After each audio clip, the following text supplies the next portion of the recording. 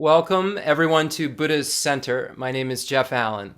Tonight, we're looking at Lama Tsongkhapa's Foundation of All Good Qualities, or also known as the Source of All My Good, a prayer for the mountain of blessings. We're so fortunate to have had Rinpoche explain this so many times and then give us the major explanation of it when we look at the teaching that he gave for almost a decade, right? In Lama Tsongkhapa's great treatise on the stage of the path to enlightenment. So this short poem that we're going to look at over a series of teachings encompasses everything within it that the great treatise on the stage of the path to enlightenment has, as well as Lama Tsongkhapa's other incredible work, the great treatise on the stages of the tantric path. So we have the Lamrim Chemo and the Ngarim Chemo. And these are, huge volumes of work that we can say this one poem encompasses all of those stages that are found within those great works. We see, the stages right from the very beginning of how one begins to relate to a teacher that we talked about last week, leading all the way up to the completion stages of highest yoga tantra, that union that takes place. So we're so fortunate to be able to look at this text, and I will do the best I can to explain it based on some commentaries that we'll be using, as well as Khensa Geshe Wandak's oral commentary that he gave on it, that we even have recordings of that you can go back to and look at for a more in-depth investigation of this.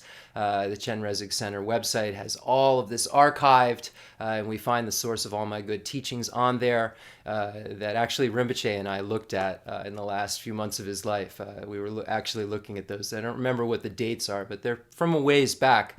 But just so many decades, we had such a pure teacher to be able to unfold these teachings that were so kind of compact at times and unclear in terms of how they were presented in the 84,000 bundles of instruction if we needed to sort through them and didn't have an instructor and a guide to show us exactly what the Buddha's intent was. So we're so fortunate that we have that and have had that. We have incredibly holy teachers in the world right now with us. His Holiness the Dalai Lama and a teacher I'm studying with, Geshe Dorje Damdu and Geshe Aga and Tenzin Ladrinla, the Geshe-ma Ladrinla, who are just so blessed and have this opportunity, this one time that we know of to practice. So let's take advantage of it. So before we get into any more instruction, let's get into a meditation posture that's conducive to making our minds most clear. When we look at the 6 preparations, it's the third preparation among the 6. First, we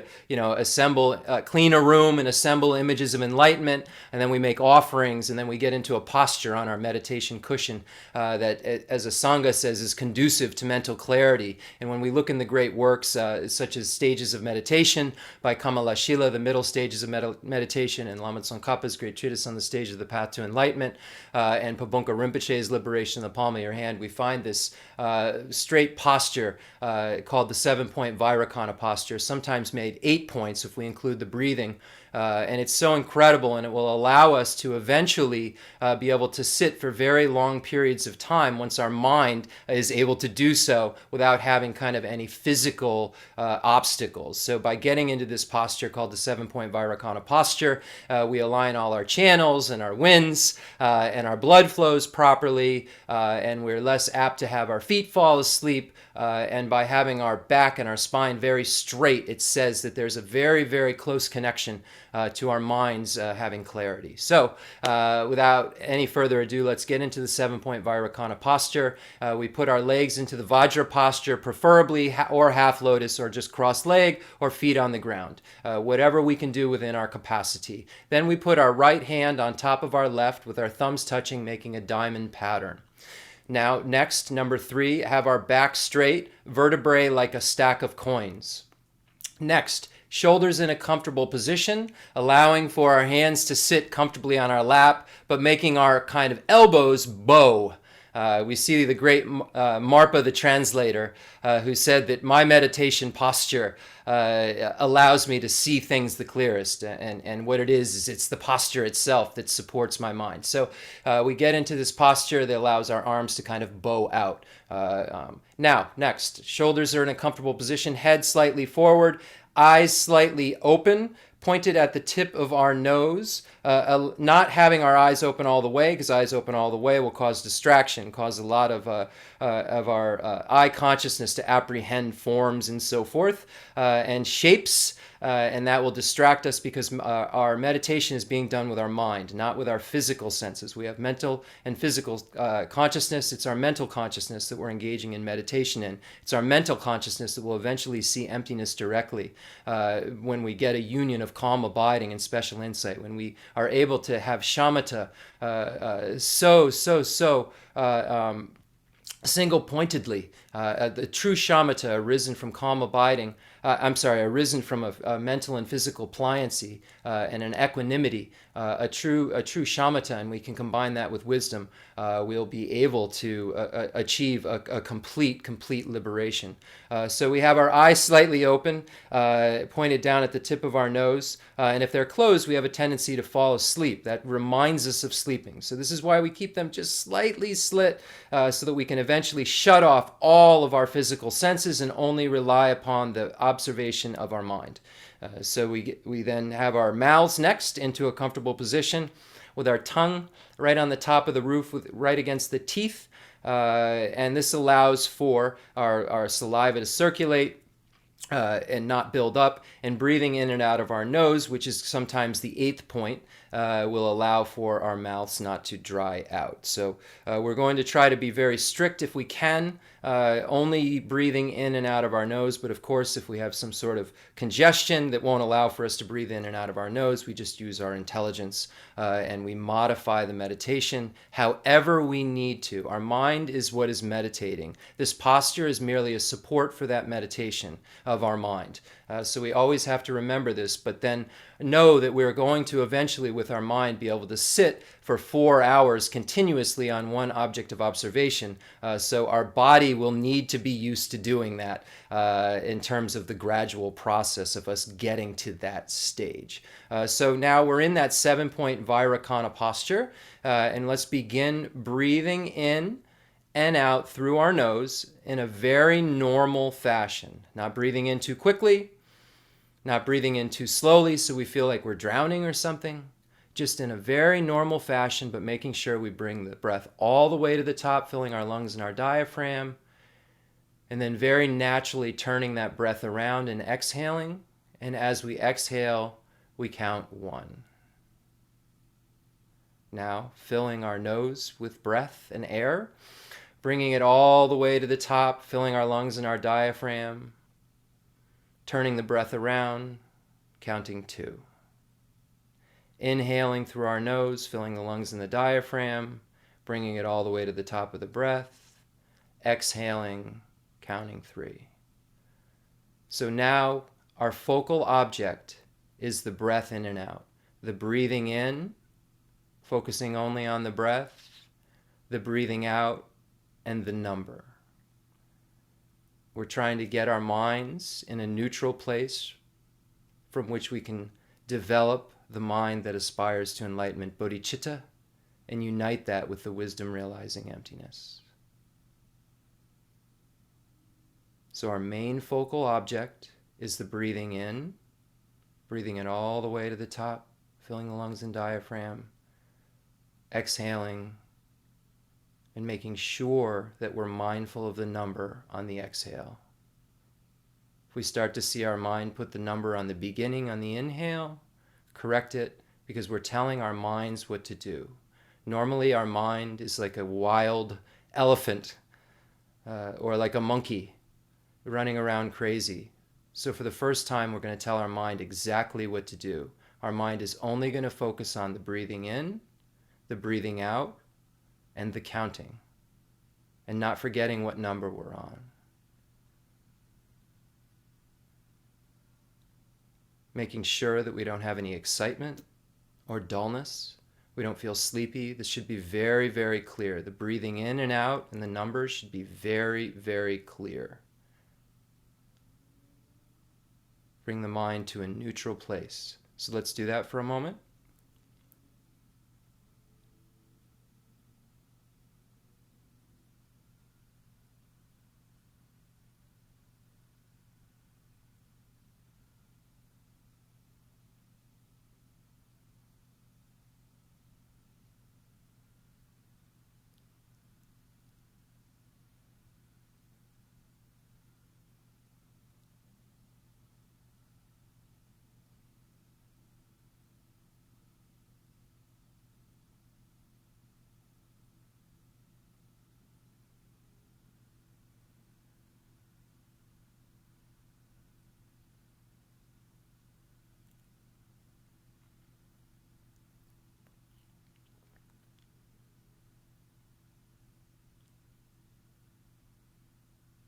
Now, as you're still focusing on the breathing in and breathing out and the number, now add the object of observation in front of you about 2 feet away, about eye height, about 2 inches tall, about the size of your thumb, the image of Buddha Shakyamuni. However you normally would visualize Buddha Shakyamuni is behind me, right above my head, for anyone who's unfamiliar on any of the other applications. But now, breathing in, breathing out, counting, and add the image of Buddha Shakyamuni, beautiful and radiant, full of light. Not a normal body like you and I have, with blood and bones and guts. A beautiful light body, a diamond body, 3-dimensional, Buddha Shakyamuni right in front of you. Add this to the breathing in, breathing out, keeping track of the number. And now Buddha Shakyamuni 2 feet in front of you at eye height, about the size of your thumb, beautiful and radiant. Now the focal object is breathing in, breathing out, the number in Buddha Shakyamuni.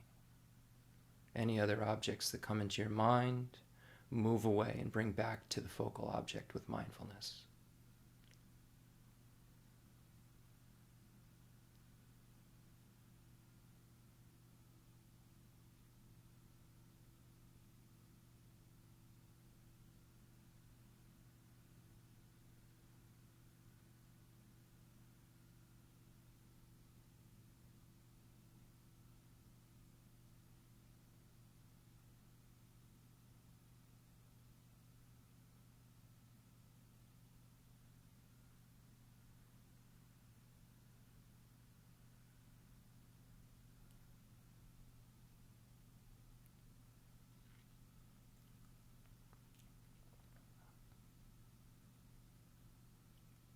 Think about how fortunate we are to be able to even think about such an incredible being.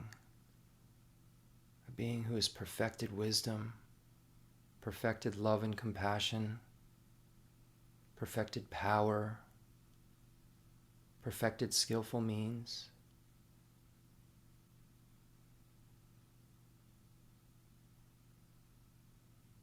How incredible it is that this being is a being we can become.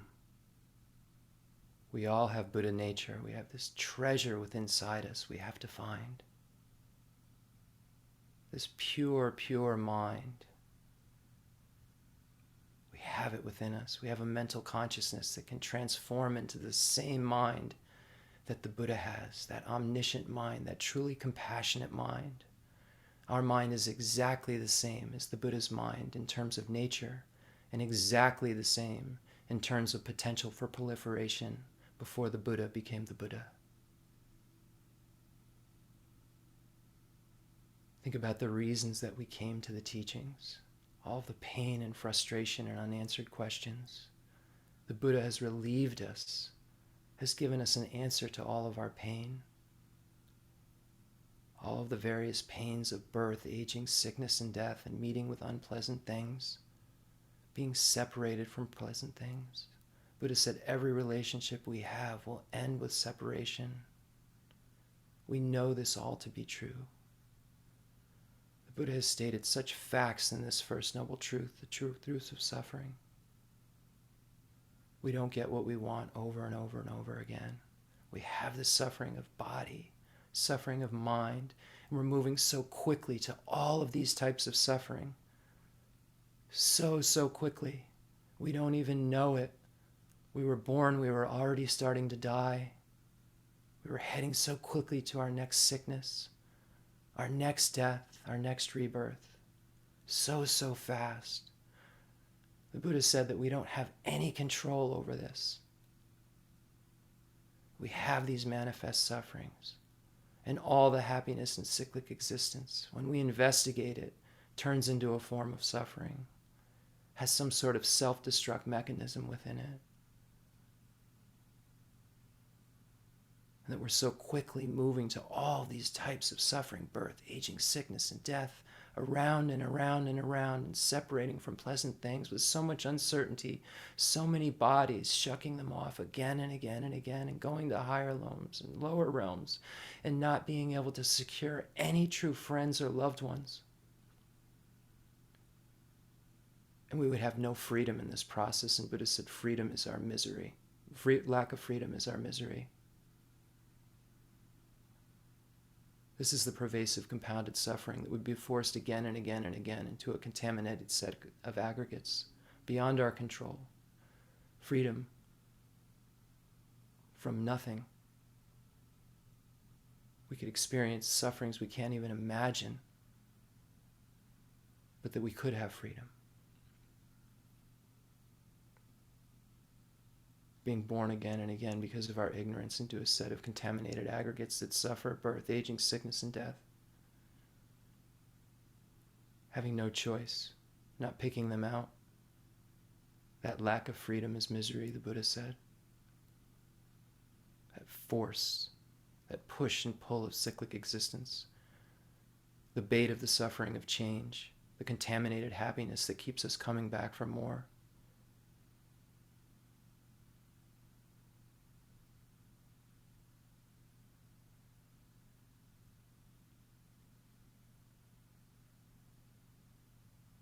The Buddha stated that all impermanent phenomena arise from causes, that all effects have a cause. And if we remove the cause, an effect can't occur. The Buddha stated that all of these sufferings that we experience are results. Results are dependent upon the causes. Phenomena arise from causes. The causes are taught by the Tathagata. The cessation of causes as well are taught by the Great Seer.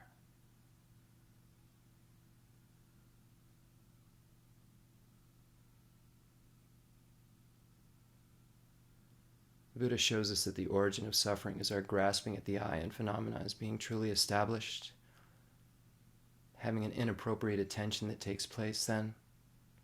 And then from that inappropriate attention, we have all of the afflictions arise of attachment, hatred, ignorance, pride. All of these wrong ideas come about. And then from there we engage in contaminated actions. And from there we experience suffering. And we would go around and around and around, as Chandrakirti says, like buckets on a water wheel, until we cut the root of cyclic existence, until we get rid of the origin of suffering.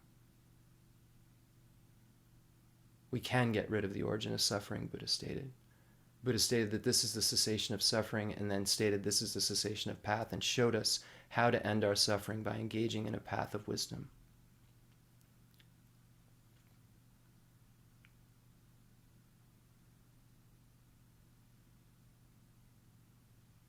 Buddha stated if we desire to emerge from cyclic existence, and we unite that with wisdom, we could achieve an abiding nirvana.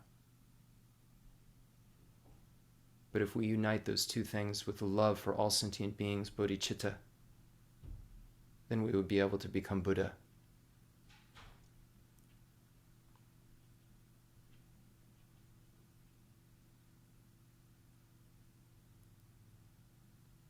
We start to look at the reasoning why cherishing others would be better than cherishing ourselves, recognizing that all sentient beings are equally important. Everyone's pain hurts. Everyone's happiness feels good, just like mine. If I have 1,000 people in front of me, can I justify that my happiness is more important than all of theirs? How could I justify it for one then?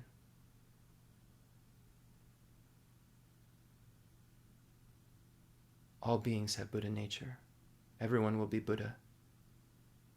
Who I call my enemy may become Buddha before me, may be my only hope at times. All sentient beings are equally important.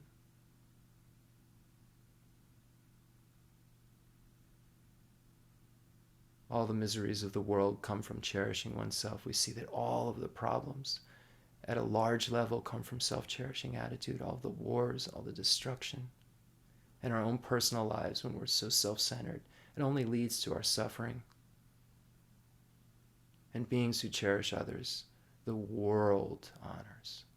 Beings like His Holiness the Dalai Lama, who clearly puts everyone's needs before his own, has found the magic within loving others. All the holy beings put others' needs before their own. We see the difference. The Buddhas and Bodhisattvas cherish others. We cherish ourselves. We see the difference. Kensur Geshe Wandak cherished others. We see the difference.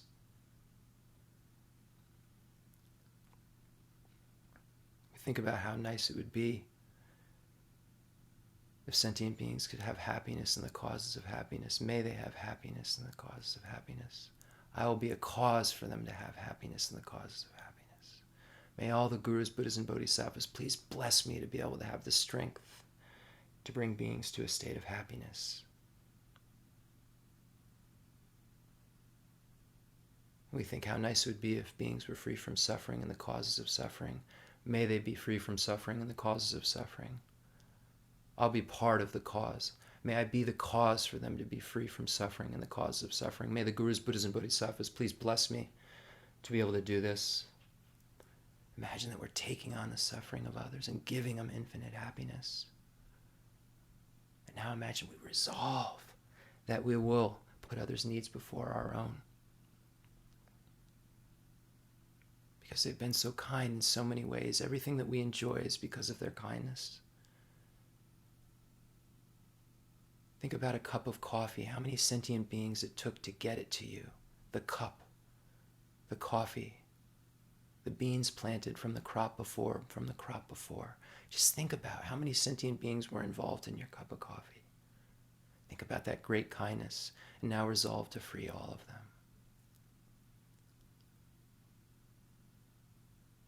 We recognize that if we want to get rid of the afflictive obstructions and the obstructions to omniscience and become a complete Buddha, we have to first become bodhisattvas.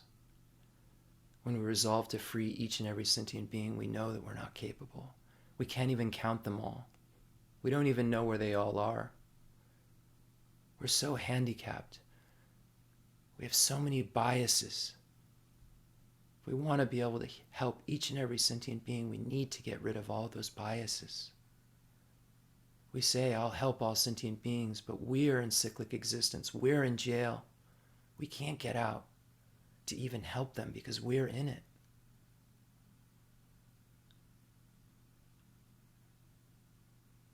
We're paralyzed laying on the floor right next to them. We need the aid of somebody who can help us up. We recognize that we're not capable of bringing all sentient beings to a state of happiness free from suffering. We resolve, may I become a Buddha for the sake of all sentient beings. This is the only reliable guide that we've recognized. The teachings shared in common with beings of small and medium capacity that made us realize our own renunciation show us this. And the teachings for beings of great capacity lead us to a complete Buddha.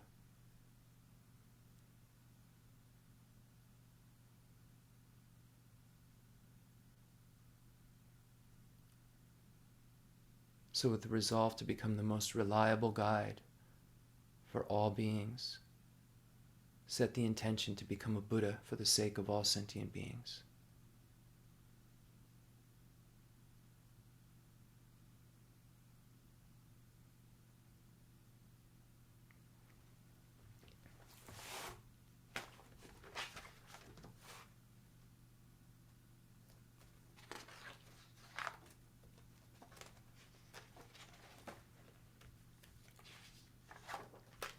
Now imagine in the space in front of you, all the Gurus, Buddhas, and Bodhisattvas. Imagine that this image of Buddha Shakyamuni was holding in all of the merit field. Okay, so now imagine that all the Gurus, Buddhas, and Bodhisattvas explode out of the image of Buddha Shakyamuni into the space in front of you. So imagine this. Imagine Kensur Geshe Wandak. Imagine His Holiness the Dalai Lama. Imagine Geshe Dorje Damdu, Geshe Lobsang Gompo, Geshe Sopa, Lama Zopa Rinpoche, Dema Locho Rinpoche, all the holy beings, Geshe Aga, Tenzin Ladrinla. every being that you find holy that's helped you in your spiritual journey. Imagine them in the space in front of you. Imagine all the beings of the profound view lineage from Nagarjuna down through to Buddhapalita and Aryadeva and Chandrakirti and Chandrarashita, imagining all Bhavavega, all these amazing beings in the profound view lineage in the space in front of you. Imagine all the amazing beings in the extensive deeds in the space in front of you, passed down from Maitreya to Asanga to Basu Bandhu and Dignaga, Dharmakirti, all these holy beings. Imagine them in the space in front of you. The lineage of blessings from Tilopa to Naropa and Marpa and Milarepa, all these holy beings that pass down the tantric lineage. Imagine them in the space in front of you. Leaving out none. Buddha Shakyamuni passing all of these lineages down. Buddha Shakyamuni passing the profound view lineage down through Manjushri. And Buddha Shakyamuni passing the extensive deeds down, lineage down through Lord Maitreya. Imagine all these holy beings in front of you. All of the deities in the 4 classes of Tantra, highest yogic Tantra, performance Tantra, action Tantra, all of these deities. All the 35 Buddhas, all the protector deities. Imagine them all in the space in front of you.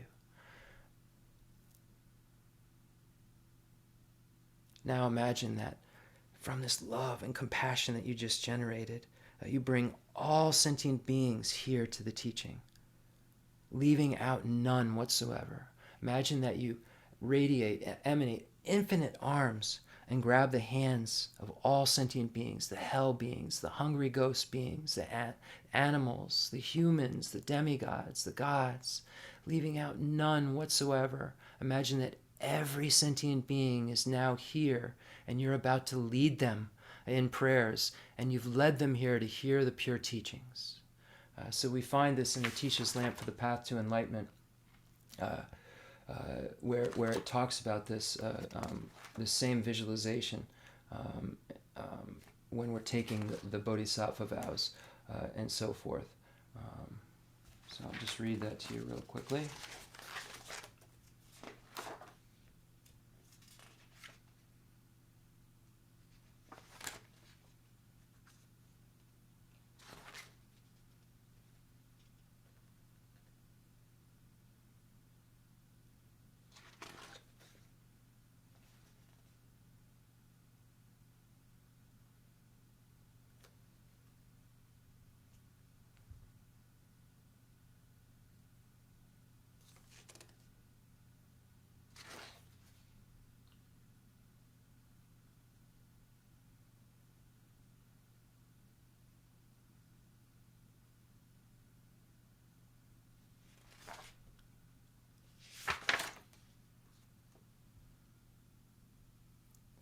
In the presence of the protectors, sorry about that. I had a moment. In the presence of the protectors, I arouse the intention to gain full enlightenment. I invite all beings as my guests and shall free them from cyclic existence. So we find this one stanza in A Teacher's Lamp for the Path to Enlightenment. So imagine all the gurus, Buddhas, and Bodhisattvas in the space in front of you. Imagine that you've led all sentient beings here. And now imagine that all the gurus, Buddhas, and Bodhisattvas are so happy, so full of bliss and happiness because all sentient beings have assembled here. The only concern that they have is that we achieve the state of fearlessness and infinite happiness, the freedom from the afflictive obstructions and the obstructions to omniscience. And the gurus, Buddhas, and Bodhisattvas witness us here doing exactly what it will take to become Buddhas ourselves, and that's all they really want. So an immense amount of bliss goes over the entire merit field, and we imagine that it starts to bubble and brew with light rays and nectars, white, red, and blue. And we imagine that these light rays and nectars are all purifications that will unite method and wisdom together and purify our body, speech, and mind. So we see this brewing that's happening in front of us with all these holy beings. And imagine that ourselves and all sentient beings have a white Om on our crown symbolizing our body, a red Ah at our throat symbolizing our speech, and a blue Hum at our heart symbolizing our mind. Now imagine that from this bliss that the merit field is experiencing, because of recognizing that all sentient beings are assembled here, white light rays and nectar start to rain down on us, transform into white ohms, dissolve into ours and all sentient beings' crowns, and purifying our bodies. Now imagine that blue light rays and nectars, red light rays and nectars begin to shower down on us and all sentient beings, dissolving into our throats and purifying ours and all sentient beings' speech. Now imagine that blue light rays and nectars begin to shower down on us and all sentient beings. And these blue light rays and nectars transform into blue hums, dissolve into our hearts, and purify our minds. So now imagine that we sit for a moment in this purified state with a pure body, speech, and mind, and we feel this Buddha nature that will eventually transform into this actual enlightened state. So we imagine that we and all sentient beings for just a moment have transformed into the complete state of Buddhahood.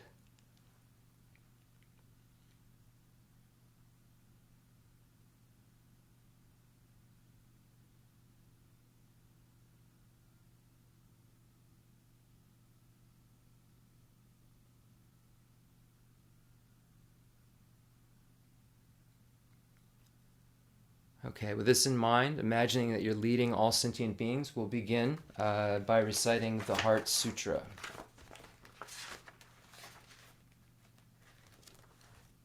The Sutra of the Heart of Transcendent Knowledge.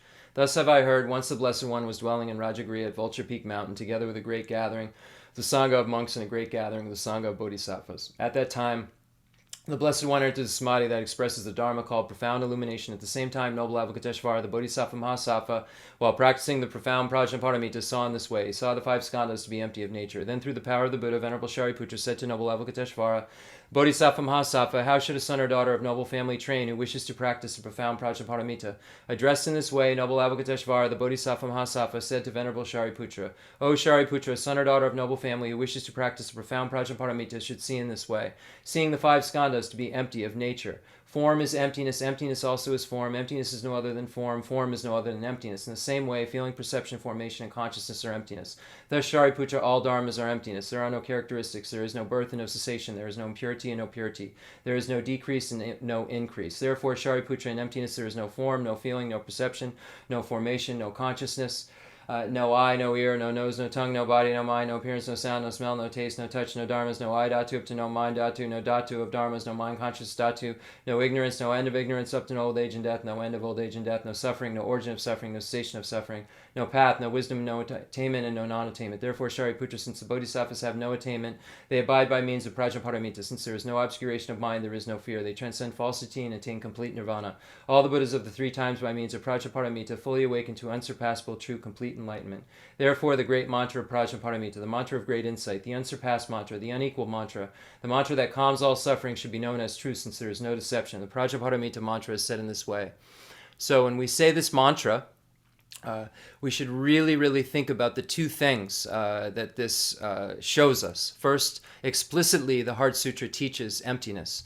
We see the second turning of the wheel of Dharma is where Buddha Shakyamuni presented the ultimate view, the Madhyamika Prasangika view of emptiness, where he showed us that there is no objective existence of phenomena. There's no identifiable inherent existence within any kind of phenomena, even though he presented that the Four Noble Truths in the first turning of the wheel had some sort of inherent existence, that external phenomena had some sort of inherent existence. At the second turning of the wheel of Dharma, the Buddha shows us that all phenomena lack true establishment. They don't arise from self, from other, a collection of both, or causelessly.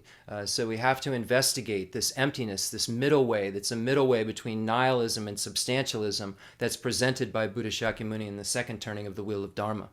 So we look at this as the explicit teaching at the second turning of the wheel of Dharma, of the Heart Sutra in Rajgir at Vulture Peak Mountain. But implicitly within this little mantra here and the sutra itself, we find the teachings on the 5 paths: the path of accumulation, the path of preparation, the path of seeing, the path of meditation, and the path of no more learning. And these are the bodhisattva paths that allow a being to go from a state of renunciation and then generate the mind that aspires to enlightenment at the path of accumulation in the case of a dull bodhisattva, and then have a union of calm abiding and special insight that would allow them to get very, very close to seeing emptiness in the path of preparation, and then seeing emptiness at the path of seeing, becoming a first ground bodhisattva, and then going through the path of meditation to get rid of the kind of coarse, the more subtle afflictions and so forth, and the afflictive obstructions, and then eventually get rid of the imprints of those afflictive obstructions on the pure bodhisattva grounds, and then be able to achieve the state of bodhisoha, no more learning, the complete state of Buddhahood.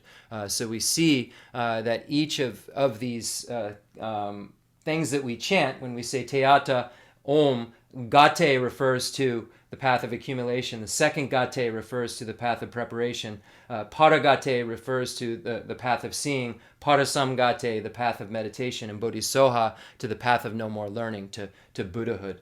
So we see between Paragate and Parasamgate, this is a being who's going through the Bodhisattva grounds. The first through the 10th Bodhisattva ground, and they reach this point of Bodhisoha when they cross that line from sentient being to not a sentient being anymore. In technical terms, they've completed the 10th Bodhisattva ground, and now they're on the resultant ground of Buddhahood and can produce those beautiful different bodies of the Dharmakaya, Sambhogakaya, and Nirmanakaya. So we're so fortunate to be able to ourselves reach those incredible states. So when we chant this mantra, we should really be thinking about the meaning of it, thinking about the Om, meaning pure body, speech, and mind. Within it, Uama, we find the 3 syllables in Sanskrit within that little word, within the Om. And that is a symbolic of our body, speech, and mind, and the symbolic of the pure body, speech, and mind we can think of in 2 ways of the Buddhas. So it's this body, speech, and mind, this Om that we currently have, and then we have this goal of Bodhisoha, which is the pure body, speech, and mind of a Buddha. And in the meantime, we're going Gate, Gate, Paragate, Parasamgate, and we're transforming this Om, our body, speech, and mind, into the pure Om, body, speech, and mind of the Buddha. So we see how we're doing this by going Gate, Gate, Paragate, Parasamgate, through these paths of purification where this bodhisattva becomes a bodhisattva on the path of accumulation, generates this incredibly beautiful mind that aspires to become a Buddha for the sake of all sentient beings, and engages in this incredible path that gets rid of more and more abandonments as he or she goes through. So we see that this Heart Sutra mantra can allow us to actually meditate on the entire path and think about, are we a Gate? Do we have bodhicitta? Are we a bodhisattva? And now if we look at it in the Hinayana vehicle, the hearers have 5 paths and the solitary realizers have 5 paths. So the Hinayana path, the accumulation is renunciation. We call it lesser. Do we have renunciation? Have we even started this thing we call lesser? So it's important that we really know when we do these prayers what they mean, because they'll have so much more impact on our lives if we do them. And we can, when we're driving a car, be doing this mantra that's contained within the Heart Sutra, know that it refers to the entire meaning of the 100,000 verse Perfection of Wisdom Sutra. That's what that mantra means. And we're so lucky that Kensei Geshe Wandak gave us a teaching on Jayang Gape Lodru's commentary. Jayang Gape Lodru was the first textbook writer for Drepung Losar Ling, wrote a beautiful commentary on the Heart Sutra, and Rinpoche shared it with us so many times, and that's why I now have this information that I can share with you, and I just feel so blessed to be able to do that. So let's chant the Heart Sutra mantra together in the tune that I learned from Geshe Dorje Damdu at the Tibet House. It's a very common way that it's chanted in the Sanskrit. Deyata Om Gate Gate Bharagade, Bharazam Gadi Bodhisattva Om Gade Gade Bharagade Bharazangadi Bodhisattva Om Gade Gade Bharagade Bharazam Gadi Bodhisattva Om Gade Gade Bharagade Bharazangadi Bodhisattva. Thus Shariputra, the Bodhisattva Mahasattva, should train in the profound Prajnaparamita. Then the Blessed One arose from that samadhi and praised noble Avalokiteshvara. Bodhisattva Mahasattva, saying, Good, good, O son of noble family, thus it is, O son of noble family, thus it is. One should practice profound Prajnaparamita, just as you have taught, and all the Tathagatas will rejoice. When the Blessed One had said this, Venerable Shariputra and noble Avalokiteshvara, the Bodhisattva Mahasattva, that whole assembly in the world with its gods, humans, asuras, and Gandharvas rejoiced and praised the words of the Blessed One. Galajube nejo tamba ne nguje duju ngai dudo jendru babalama yibu jenzi nezung gandro zo la jazelo aga zamara da jandara zamara be aga zamara.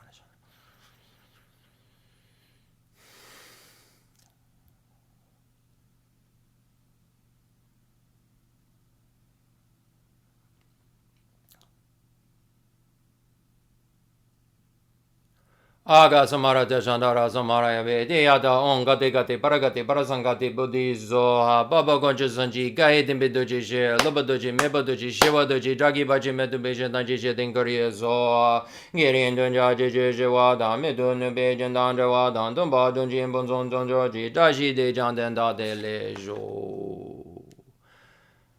We'll make a mandala offering as a request for teaching. Fundamental ground is scented with incense and strewn with flowers, adorned with Mount Meru, the four continents, the sun, and the moon. I imagine this is a Buddha land and offer it. May all sentient beings enjoy this pure realm. Holy Lamas High, wrap the sky of your Dharma bodies in massive clouds of knowledge and love, and let them pour upon the earth of your disciples as we are ready, a shower of rain, the teachings, deep and wide. I send forth this jeweled mandala to you, precious Guru. Sanje Jodan Zoji Jonan La Janju Badu Dani Jazuji Dagi Juje Jibe Zonanji Drola Benje Sanje Drubajo Sanje Jodan Zoji Jonan La Janju Badu Dani Jazuji Dagi Juje Jibe Zonanji Drola Benje Sanje Drubajo Sanje Jodan Zoji Jonan La Janju Badu Dani Jazuji Dagi Juje Jibe Zonanji Drola Benje Sanje Drubajo.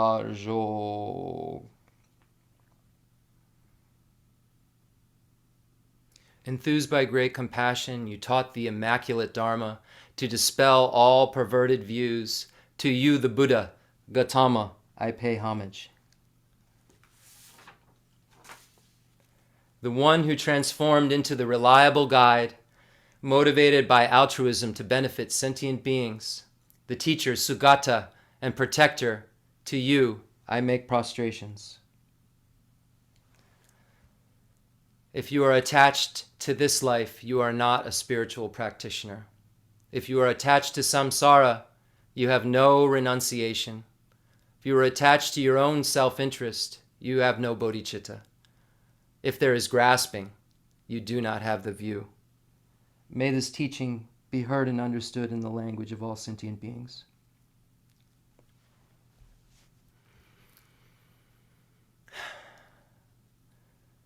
Wonderful. Thank you so much, everyone, for coming again.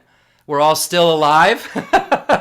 Once again on Thursday night, Nagarjuna said that we should be so amazed when we wake up in the morning, because when we look at a death will come and nothing can stop it, we have no idea when that's going to happen. It could happen at any moment. I don't know if I'll be able to even complete this teaching right now when we look at death and impermanence. The factors for our death are much greater than the factors for us living a much longer life. We can't really stretch this life out much more. We have maximum 100 years or so. And unfortunately, in this place that we live, these bodies that we inhabit die. And this body is pretty flawed in that sense, and it's very, very breakable, and it doesn't take many things to stop it from working. And then when we get to that place where it stops working, this body can't help us, of course. It's the thing that will do us in, this thing that we hold so dear, this thing that we pay so much attention to physically. We pay so little attention to our mind, yet it's our mind that will go on. Yet we focus so much on our body, and our body will be our undoing. Our material things won't be able to be brought with us, just like our body when we die. And our friends and our loved ones won't be able to be brought with us. It will really be only the Dharma we've practiced. And we're so fortunate that we have the Dharma in our lives, that we've been presented this pure Dharma by Khenser Geshe Wandak. And we have these great lamas in our world that are able to show us exactly what we need to do in order to subdue our minds. The Buddha said, abandon evil, or sometimes, engage in no non-virtue. Engage in perfect virtues and subdue your mind. And we have the exact stages presented to us right in front of us on how to purify our minds, how to subdue our minds. If we can get our minds calm enough through shamatha meditation, and we can go through those 9 stages that we read about so much in the texts, if we could actually just do it, just sit down on that meditation cushion and get really good at one focal virtuous object, as Lord Atisha says in The Lamp for the Path to Enlightenment, and be able to get it more and more refined and more calm. And then if we could just start to get some wisdom and analyze that wisdom, and then be calm enough to look at that wisdom just right, we would be able to cut the root of everything that ails us, to cut all of samsara's roots and never have to suffer again. And we're so fortunate that we've been presented with such a clear path on how to do that. If we were to have to try to sort through, if we were to go to the Chen Rezig Center and someone translated for us the 100 volumes of the pronouncements of the Lord Buddha and just said, here you go, good luck. And we didn't have Atisha, we didn't have any of the Indian Pandits that are spoon feeding us this beautiful information. The extensive deeds lineage just shows us all of the grounds and paths so clearly, and the profound view lineage that shows us that pure view of emptiness that Nagarjuna presents. We would be so lost, but it's not the case. We have the pronouncements of Lord Buddha, we have the authentic Indian commentaries, and then we have these incredible masters that have come before us that can elucidate the stages of these paths. Lord Atisha came and shows us that no teachings are contradictory. They are all instructions for us to practice. We can understand what the Buddha meant very clearly when we study the Lam Rim. We can see that all of these teachings are instructions for a being to practice in order to cultivate his or her mind into the mind of a completely enlightened being, because all beings have Buddha nature. We have proliferating Buddha nature, and we have the naturally abiding Buddha nature, that our mind has the same exact nature in terms of ultimate reality as that of the Buddha. And when we look at the teachings on clear light mind, our clear light mind we have right now is the same pure clear light mind that the Buddha currently has. So we can't feel like, oh, this isn't something we can do, because it is something we can do. We have this mental consciousness that can change into the mental consciousness of a Buddha, and we have the exact instructions, the exact recipe that we will need in order to make that happen. So how does one make that happen? How do we go about turning a being like myself into one who has perfect wisdom, perfect love, perfect compassion, perfect power, perfect skillful means? How does a being who doesn't seem to have that so much, a little bits here and there, how do I go from this state in order to, become the beings that I read about? How do I become the being like Kensur Geshe Wandak that we all witnessed. We saw for decades this being who had pure renunciation, who clearly understood the nature of reality and loved others so, so much. How do we make that happen? And when we look at the teachings on the Lam Rim, whether it's Gampopa's jewel ornament for liberation, the Kaju text that's a little closer to Atisha's time, or it's Lama Tsongkhapa's text, we find that the first thing that we need to do is find a teacher. We find that all of these great beings that we look up to so much had relied upon their teachers. How did Kensur Geshe Wandak become so great? He relied upon Kensur Pema Jetsun and Shakar Gen Nima and Gen Labchala and Ling Rinpoche and Trijung Rinpoche and His Holiness and Gen Uzir. He relied upon these teachers to be able to learn the three paths: renunciation, bodhicitta, and the correct view of emptiness. These three things are indispensable, and we all must realize them if we want to become Buddhas. Even Nagarjuna relied on Saraha, the great, great master Saraha. Aryadeva relies on Nagarjuna. Kirtapa Jelsupje relying on Lama Tsongkhapa. We see that all of these beings had incredible lamas. Atisha had incredible lamas. We see Drone Tompa.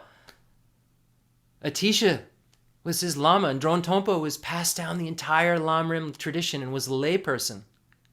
We see what Milarepa did because of relying on a teacher, relying on Marpa, and Naro relying on Tilo. We see that all of these great beings who had any kind of accomplishments whatsoever had great teachers, had very, very qualified teachers. And not even looking at spiritual things, it's so obvious. If we want to learn anything, if we have the ignorance about the alphabet, we need a teacher to teach us the alphabet. If we have the ignorance about science or mathematics, we need a teacher to teach us science or mathematics. And when it comes to something really serious, like all of our future, we need to make sure that we have a teacher who knows exactly what it is that we need. We need to have a teacher who knows all of the stages of the path for beings shared in common with beings of small capacity, medium capacity, and great capacity. Because we can't leave any of these stages out if we want to become a Buddha. If we get almost all of them right, we'll almost become a Buddha. And almost a Buddha isn't a Buddha. Almost a Buddha is in cyclic existence, spinning around with birth, aging, sickness, and death, being separated from the pleasant, meeting with the unpleasant, not getting what you want, and suffering with appropriated parts, mental and physical. That's what we'll get with almost, just more of the same. These teachers that Buddha had before he became enlightened in the traditional stories, Acharya, Alankara, and Udraka. They had thought they were liberated. They almost got it. They had achieved the state of vacuity, the state of the peak of cyclic existence. They said, Buddha, don't worry, just come with us. You can teach with us now because you're liberated too. And the Buddha knew that just wasn't accurate. The Buddha knew that there was just so much more that was going to be necessary in order to be liberated. So we can't have partial paths. We can't have teachers who unfortunately haven't realized the complete things themselves and will pass on to us poison, will pass on to us something that isn't accurate. And we see this going on so commonly in the world today, where we see teachings that are being presented as such pure Dharma, really, really getting the point that the Buddha made wrong, teaching nihilism, teaching that selflessness means that self doesn't exist, teaching these extremes as the ultimate middle way view of the Buddha, and saying that, external powers could somehow, turn us into Buddhas without us having to do anything. And the fact is I will say this again and again, the Buddhas don't wash away the sins with water. They don't take away our suffering with their hands. They cannot give us their realizations. They teach us the truth of suchness, and that's how beings are liberated.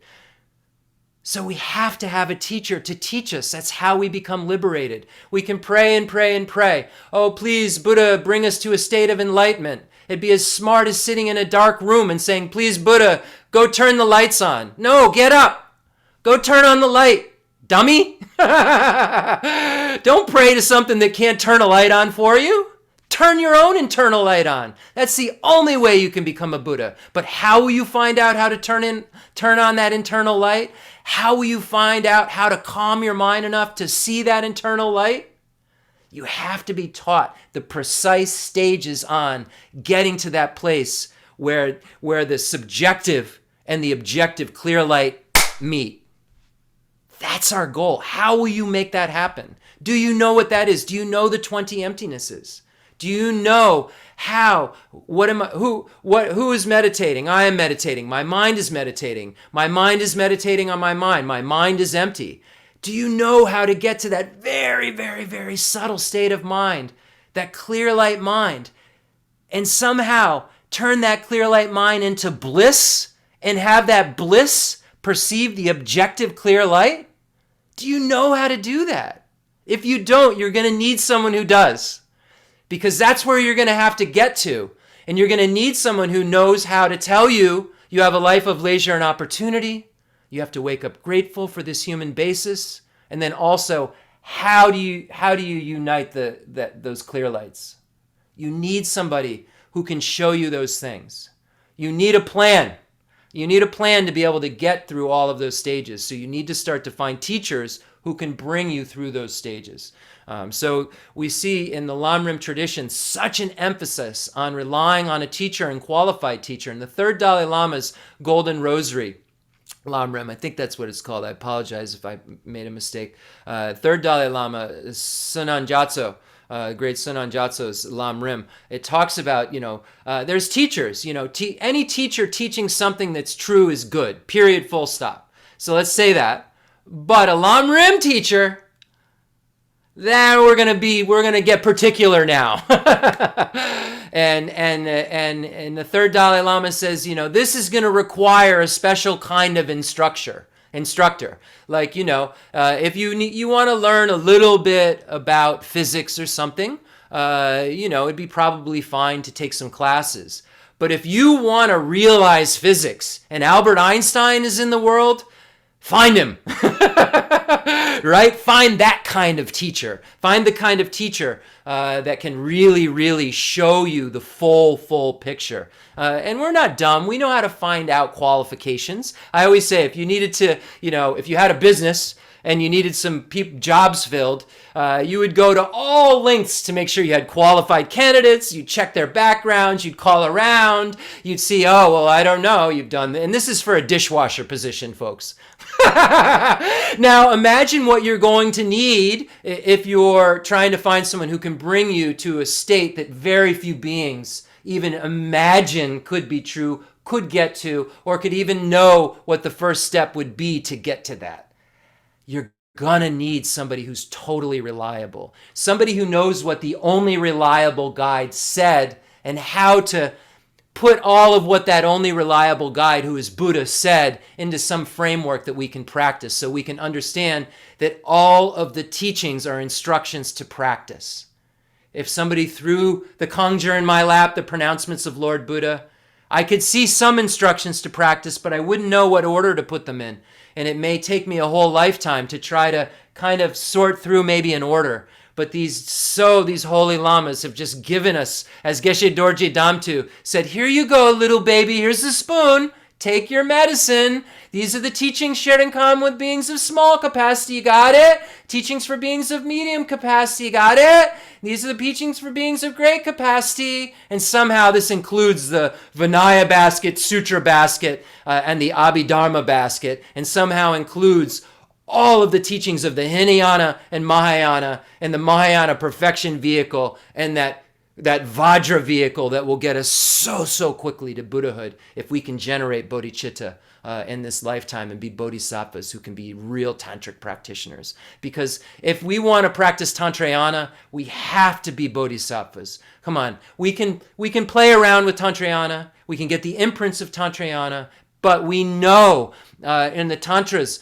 in the Vajrapani Tantra, that it says that the only ones who really can enter a mandala are bodhisattvas, because the only ones who can take a bodhisattva vow are bodhisattvas, someone who has aspiring bodhicitta. Aspiring bodhicitta, as we learned on Thursday's bodhicitta class, is the foundation for engaged bodhicitta. Engaged bodhicitta is when you take the bodhisattva vow, and you can't take the bodhisattva vow and actually get it unless you have aspiring bodhicitta. So this is something we really have to get, and this is what we can realize if we have a teacher who shows us how to do it. And no one has become a bodhisattva without a teacher. And we see in all of these great texts that the reliance on the teacher is so important. And Lama Tsongkhapa relied so heavily on his teachers. We see Lama Tsongkhapa paying homage so often.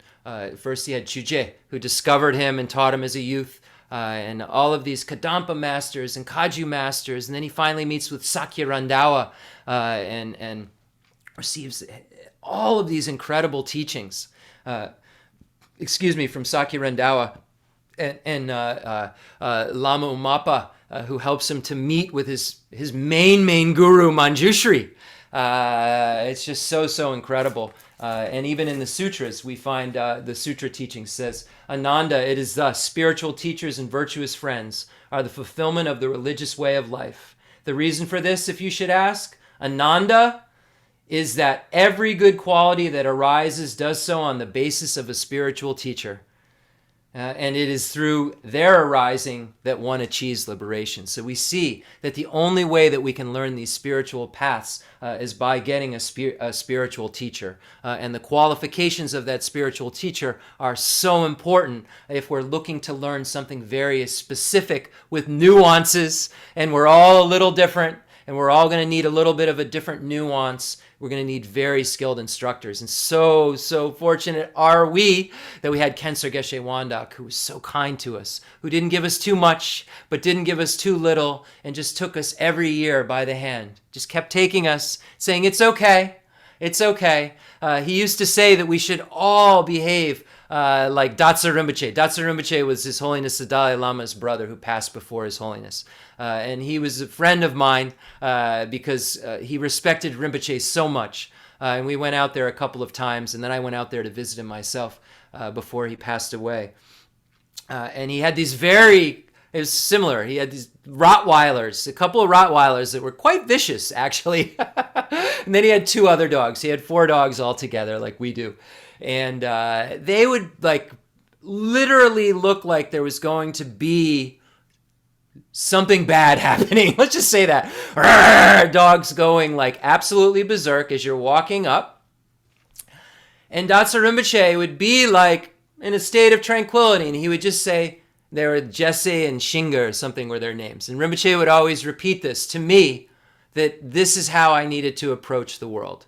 And Datsa Rinpoche, as these dogs would be going berserk, would say, Jesse okay, Shinga okay, Jesse okay, just like this. And Rinpoche, I can't tell you, if he said it to me 100 times at least, he would say, Jeff, Jesse okay, Shinga okay. And I knew that was code for, calm the F down, all right? Think about, let the whirling dervishes whirl. I had a great friend who told me a great story that relates similar to this. There's a spiritual guru who's sitting in the middle of these Sufis who are spinning, whirling dervishes, right? I think that's Sufis that do this. And there's someone seeking a guru. And they finally find the guru, but there's all these whirling dervishes the guru's sitting in the center of. And there's, a lot of them. And he can't even figure out how to get to the guru. And he finally does. He gets in there and he sits down with the guru. And he says, how, first of all, it was kind of hard to get to you because of them doing all that. So I just want to comment on that first of all and say that this was hard because of them. And how can you stand this? How do you just sit there while they're just spinning around? Aren't you dizzy? All this dust, there's dust everywhere. Isn't this bothering you? He says, no, not really, because in my mind, I just let the whirling dervishes whirl. They're whirling. I let them whirl. And it's so profound when we think about that. And we think about Khyentse Geshe Wandak and his ability to just, because he'd been in so much chaos, between the Mao invasion and living in refugee camps, he had this incredible knack to just deal with us at whatever level we came to him at. If somebody said that they were having dinner with Tsongkhapa that morning, or breakfast that morning, because he had some students say things like that, he'd say, wonderful, how was breakfast? How are things? How is Tsongkhapa doing? He would just love and nurture us at just the level we needed that love and that nurturing. And he taught us so much. And we can see, and I know, I was saying last week that, as years went on and on, first I came to think of the source of all my good is a teacher. Okay, of course, it makes sense. I need to be able to learn. But then when I began to see that the teacher was so kind, and that the teacher's words were starting to be indistinguishable between Buddha Shakyamuni's words and Nagarjuna's words and Asanga's words and Lama Tsongkhapa's words and Kirtrip's words and Jelsup's words. And I started to be able to see the Lama as all of these Buddhas being able to just present this pure truth in a way that would affect my mind so greatly. And all coming from the love of this one being. It's so amazing. And then being able to see this being who we can become, this incredibly realized bodhisattva who acknowledged that he was a bodhisattva at the end of his life, acknowledged that he had an understanding of emptiness at the end of his life,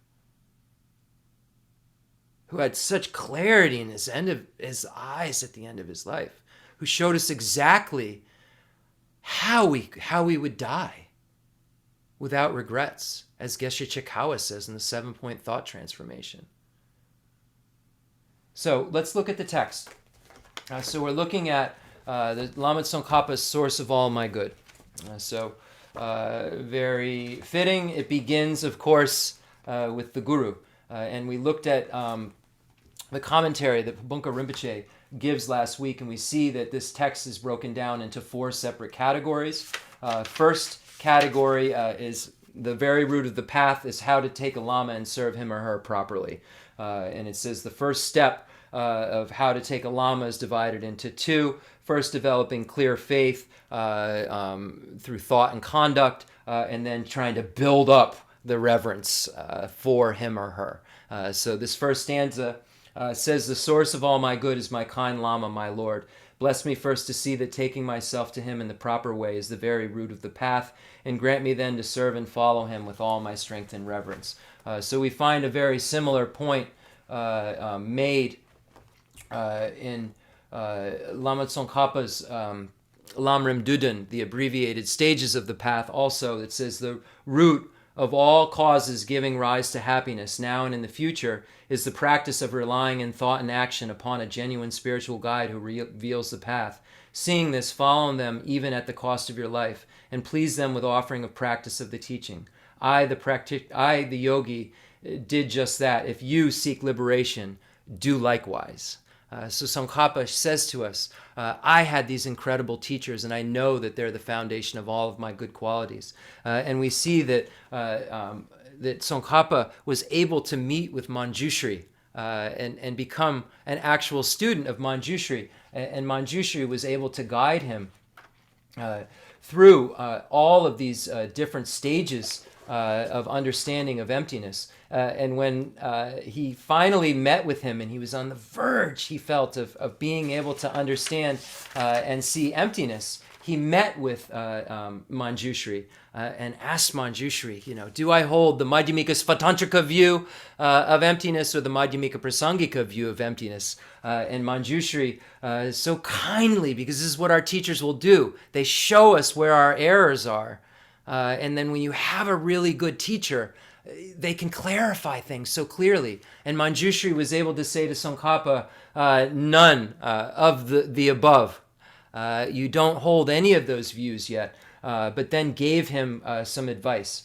And what kind of advice did he give to Lama Tsongkhapa? It's the advice that we need to take. If we want to actually have this view of emptiness that Lama Tsongkhapa was able to see, we have to do what Lama Tsongkhapa did. So it says that Manjushri responds to Tsongkhapa, no, you don't have either of the views. But you will, you're close, you're getting there. And I believe the other texts say, no, you're actually a nihilist at this point.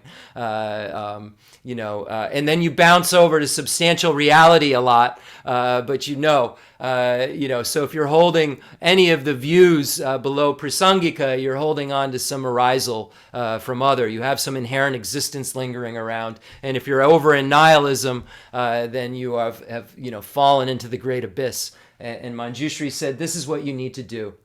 First, you have to make supplications to your teacher and see them as inseparable from the deity. So this is the first thing that we need to do. We need to make supplications over and over and over again to our teachers. That we please, may we understand Guru devotion. May we be led to you in the future. May we be able to, have pure teachers. We're making these pure supplications. May we be able to meet with teachers like Manjushri. Pure supplications and seeing our teachers as inseparable from the Guru, as inseparable from the Buddha. And then said that you should seriously pursue practices of purification and accumulation of merit. So we know that Tsongkhapa did, hundreds of thousands of prostrations, and you can actually see the imprint of his body in a rock from making so many prostrations. It says, so accumulate merit and engage in purification. We know the four opponent powers of purification that we can engage in, and the Vajrasattva mantras, and so much. We're going to talk about the four opponent powers on Sunday. And then said, consistently study, reflect, and meditate on the authoritative writings on emptiness by the Indian masters. So this is Lama Tsongkhapa. We don't think we need to study anymore. We think we've heard enough. And Manjushri says you need to get more wisdom arisen from hearing, analysis, and meditation. Amazing, right?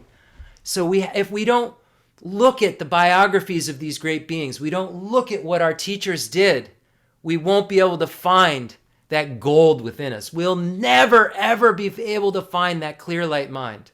Never! That mind that's clear and knowing, that can see emptiness, we will never, ever be able to do that if we don't have a teacher instruct us. We'll never get our mind calm enough to be able to observe emptiness in an inferential way where we don't even see the conceptuality anymore and we still haven't seen emptiness. We can't even get ourselves to that point because we don't even know what that means. And that's not even seeing emptiness. When subject and object become almost indistinguishable, but there's still a sign and we don't even see it anymore. We don't even know what that is, and that's not seeing emptiness. And if we don't see emptiness, we can't cut the root of cyclic existence. We must have a teacher. If we want to achieve fearlessness, a freedom from cyclic existence, we have to see emptiness. There's no way we'll see emptiness if we rely on partial instructions. Emptiness is very, very profound. Geshe Aga told me we have to rely on syllogisms that are more and more profound. All phenomena are not truly established because they dependently originate. Phenomena do not originate from self. They don't originate from self because when we look at, we start to remove all of the parts and try to find the self. Is myself my head? Is it my hand? Is it my body? Is it the blood? Is it the marrow? Is it the bones? Is it the guts? Is it, we start to investigate everything in the body. Is it my consciousness? No, I'm a boy. My consciousness isn't boy or girl. And we start to remove anything and we can't find a self. And we have to rely upon this reasoning that self is dependent upon all of these other parts. So we can't find the self without finding these other parts that it's labeled on top of. We have to be able to investigate this and be able to use clearer and more subtle signs to be able to arrive at a union of calm abiding and special insight that came about because you had calm abiding, you had shamatha meditation, But you also, what's very interesting that happens when calm abiding and special insight unites, it's not the calm abiding that clings to the special insight. The special insight gets really refined and calm in and of itself because it's riding next to the calm abiding. You're getting calmer, so your analysis is getting better. So your analysis gets calmer and more refined, and it actually creates a pliancy that attaches to your shamatha. So both of those streams are necessary, analysis and shamatha, in order to see emptiness. And we have to have clear instructions from a teacher if we want to know how to achieve those levels. We can't just take a stanza and think we get it. We can't just think, oh, the Buddha just sat and meditated. We don't need to learn anything. Oh, the Buddha didn't have a teacher. So many wrong views, so many things presented that fall way out of the framework of all composite phenomena are impermanent. All contaminated phenomena are in the nature of suffering. All phenomena are in the nature of emptiness and selflessness. Nirvana is peace. We have to know what that means, and we have to find out how to get rid of that contamination. That contamination is the grasping at I as being truly established that gives rise to an appropriate mental conduct that gives rise then to afflictions that gives rise to contaminated karma. That contamination is because we grasp at the I and phenomena as being truly established. We see things as being objectively existent outside of us. We see ourselves as being objectively existent, but we merely conventionally, subjectively exist. But we don't ultimately have this existence from our own side of Jeff. It's not findable. But if we just don't find it, we're nihilists. We have to see how karma works within that unfindability. That unfindability is merely a lack of inherent existence. That unfindability isn't that we don't find existence. We have to find existence in order for us to see how things dependently originate, and Jeff can be talking to you right now. And if there's any grayness in the things that I'm talking about, it's necessary to have someone instruct you and clarify those things and mature your mind more and more and more. So we see that we need a teacher. The teacher is the foundation of all good qualities. We won't be able to achieve any of the results in Nagarjuna's letter, Precious Garland. We find that we have high status and certain goodness. So high status means rebirth in the higher realms, a good next life. We won't be able to do that without having the instructions on how to achieve a good next life and the teaching shared in common with beings of small capacity. We won't be able to achieve certain goodness. Certain goodness is divided into two categories. Certain goodness could be just liberation and abiding nirvana. We won't be able to achieve the state of a hero or a solitary realizer without a teacher. We won't be able to achieve the certain goodness, which is Buddhahood, the highest certain goodness, without a teacher. There's no possible way. There's so many intricate points that are necessary along the path. And as the path gets more and more subtle, you're going to need not only teachers to teach you the perfection path, but also tantric yogis. We were so fortunate to have Rinpoche, who was not only a yogi in the perfection vehicle, but a tantric yogi as well. And was able to give clear instructions on highest yoga tantra at the end, because I had to do a retreat. And not that I realized anything whatsoever, but I have the imprints of clear instructions on those final practices and how we would actually start to imagine them in ourselves, and those, the right and all of the different channels and chakras and so forth, how we could actually meditate on those things. And Khenser Geshe Wandak knew that like we know how to make a peanut butter and jelly sandwich. Wow. So amazing. And I mean that, so amazing. Some of the things that near the end of his life, he started to share, and the day that he called me down because he had actually met Tara. I mean, so amazing. I can talk about these things now because he's no longer with us. He wrote it down, the date in a book, that he met Tara. What a tantric yogi that we met. Right? Amazing. And then how could we not say, Yunten gunji shedra jinchenje, suchin demba lanji sawaru, lepa tone pepa tumai, gupa chembo demba jinji lo. The source of all my good is my kind Lama, my Lord. Bless me first to see that taking myself to him in the proper way is the very root of the path, and grant me then to serve and follow him with all of my strength and reverence. So don't overlook this part. Don't rely on unqualified teachers. Check teachers out. Be willing to go hear a lecture. Show up with an open mind. But then use your intelligence. Before you take on a relationship with a teacher, you have to know the Dharma pretty well. If you look at Arya Deva's 400 verses and it has the definition of the student, it says that you'll never be able to rely on a teacher if you don't have an open mind, aren't intelligent about the Dharma, and don't make effort. You have to know the Dharma to know if the teacher, to some degree, knows what they're talking about, at least if it's falling within, the practices of going for refuge of Buddhism or the view of Buddhism of the Four Seals. And so forth, of the views that differentiate Buddhism from non-Buddhism, the complete non-harm of any sentient being that's taught in Buddhism, right? Or the view that allows one to abandon all faults and achieve excellent qualities that is only presented in Buddhism, the teaching on the Four Noble Truths that is only presented in Buddhism. We have to know what that differentiation is and make sure that the teacher we're going to rely upon knows their stuff. And luckily we have the internet. Lama Dzong Rinpoche said we can gossip a little, we can ask people, check on them. Is this teacher good? First thing you should do, he said, is write in Google, the teacher's name and then write scandal. See what comes up, just to kind of get an idea of who you're talking about and see if then write who's their teacher, put their teacher's name in and put the scandal, just to know what the lineage is about and kind of what, they were being taught and what was going on, and not to judge it, just to be a smart participant in your spiritual monopoly. This is something that's going to affect you forever, not a shift at work if the guy you hired doesn't work out. Forever.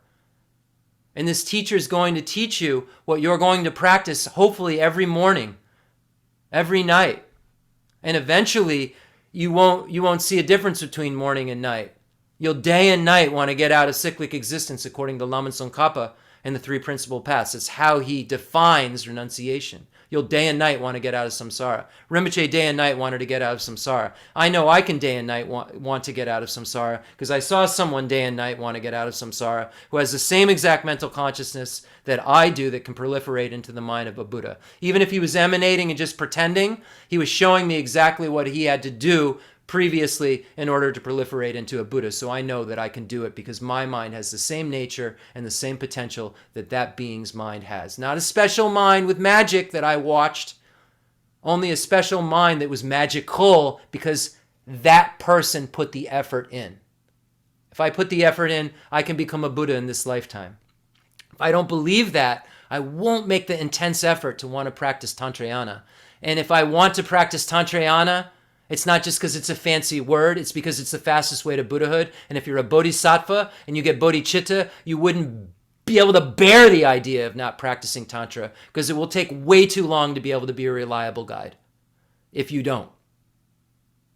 So we must find out how to do that. I must find out how to do that. I must have a teacher to find out how to do that. So that's the stanza on the foundation of all good qualities. We talked about it quite a bit last week, and all I want to do now is just go over just the quote from the Mahayana Sutra Alamkara that talks about the qualities that a teacher should have.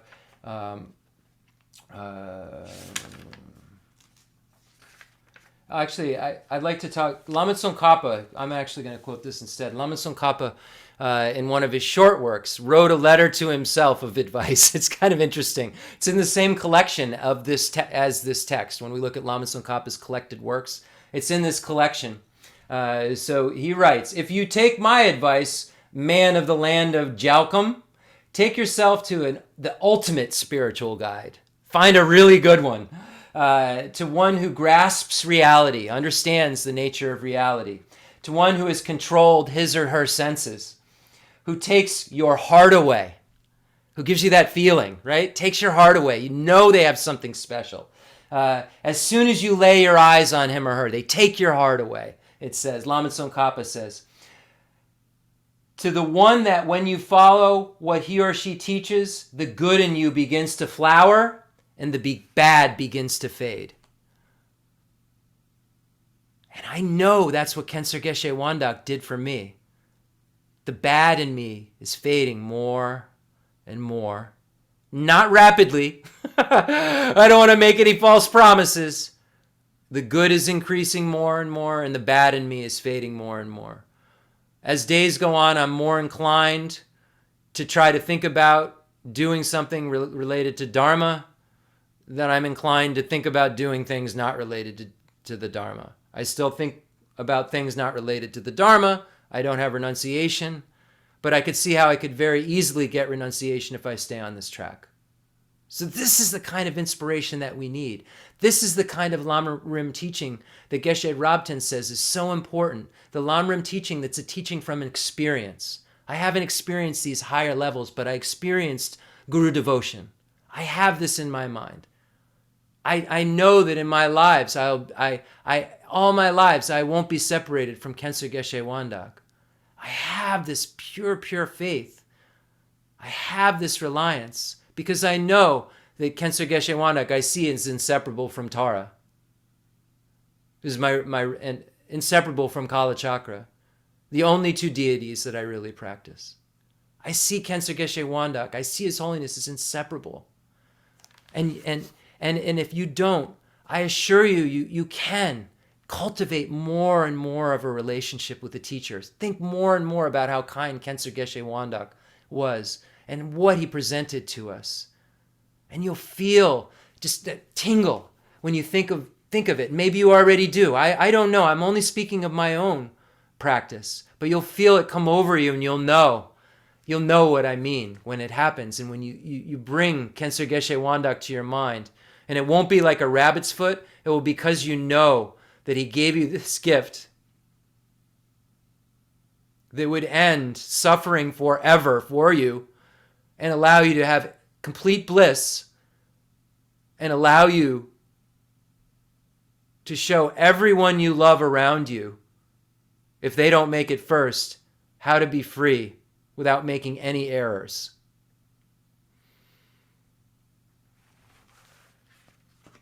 The next line, bless me first to realize that this excellent life of leisure I found just this once is ever so hard to find and ever so valuable. Grant me then to wish and never stop to wish that I could take its essence night and day. So we're going to end there tonight. We're going to get next time into the life of leisure and opportunity with some kind of different thoughts. But don't forget, we have Buddha nature. We have this human basis. We have the 8 leisures. We have the 10 opportunities. We have all of the factors necessary. We have teachers. We have this human basis right here, everyone. We have a mind, the same nature as Buddha Shakyamuni's mind. Our clear light mind is no different than Buddha Shakyamuni, Tilopa's, Naropa's, Milarepa, Jalsup Kirtup, Atisha. Our clear light mind is no different right now. We just need to find it. We need to find that subtle mind and make it blissful and see emptiness. And we can. We have this human basis. When we understand this topic of the Lam Rim, we'll know it day and night. Just like when we have renunciation, day and night we'll want to get out of samsara. When we realize this topic, day and night we'll be so grateful for this human basis. And then when we realize the next topic, that we're going to die, there'll be a sense of urgency about it. So thank you all so much for listening. If you're attached to this life, you're not a spiritual practitioner. If you're attached to samsara, you have no renunciation. If you're attached to your own self-interest, you don't have bodhicitta. If there's grasping, you do not have the view. So this is the mirror of the Dharma we have to look at. Are we thinking more about this life or more about the Dharma? Are we thinking more about our next life or more about getting out of cyclic existence altogether? Are we thinking about ourselves only and achieving it, just an abiding nirvana for ourselves only? Or are we putting others' needs before our own? Do we want everyone, because everyone's equally important, to have infinite happiness and fearlessness? We need to check that mirror. Do we feel that way? Do we have that lack of bias? Do these teachings change our minds and make us better humans? Do we have more love and compassion and a little more wisdom because of them? If we don't, we're doing something wrong, because these teachings work. We need to check if these things aren't making us better individuals, more like Buddhas, a little tiny bit, year by year, then something's not going right, and we need to take a look at it and then reinvest in our practice. So we're so fortunate to have this human basis, and we'll look more at that next week. So thank you all for listening, and let's close. Enthused by great compassion, you taught the immaculate Dharma to dispel all perverted views. To you, the Buddha Gautama, I pay homage. This is how Nagarjuna ended the Mulya Madhyamika Karika. And let's make a mandala offering as a thanks for the teachings. The fundamental ground is scented with incense and strewn with flowers, adorned with Mount Meru, the four continents, the sun, and the moon. I imagine this is a Buddha land and offer it. May all sentient beings enjoy this pure realm. I dedicate whatever virtues I have collected for the benefit of the teachings and of all sentient beings, and in particular for the essential teachings of Venerable Lozan-Drapa to shine forever. I send forth this jeweled mandala to you, precious Guru. I dedicate all this virtue to emulate the knowledge of the hero Manjushri, and likewise Samantabhadra as well. With whatever dedication is praised as supreme by all the conquerors who traverse the 3 times, I also dedicate all my roots of virtue for the sake of auspicious deeds. In that pure land surrounded by snowy mountains, you are the source of all benefit and happiness. All-powerful Avalokiteshvara Tenzin Gyatso, may you stay until samsara's end. Ganri rawe gorwe jinjam dir pendan dewa malu jongwe ne chenre ziwon tenzin yadzo yi shabezi de badu den yoji. In all our lives, may we never be separated from Kensur Geshe Wandak. May we accumulate all the causes and conditions to make that happen. Whether we meet with him or her as an emanation in normal worlds, or in the enjoyment body when we become Arya Bodhisattvas, may we never ever separate from this pure holy being until we become Buddhas. And when we become Buddhas, may we help him or her lead all sentient beings to the state of complete bliss. Thank you so much, everyone. I appreciate all of you. Sorry it took me a second. I got the Atisha quote. But I really, I encourage all of you to be able to find all of these things in the great texts and make them change your mind and put them into practice. And I hope you all have a great from now until Sunday. And look in the mirror of the Dharma and see if it's working. And get up in the morning and try and get your mind calmed down. And look at some texts and make your mind wiser. It's so important to practice shamatha and calming meditation and couple it with analytical meditation. So with that, see you all next time. Thank you.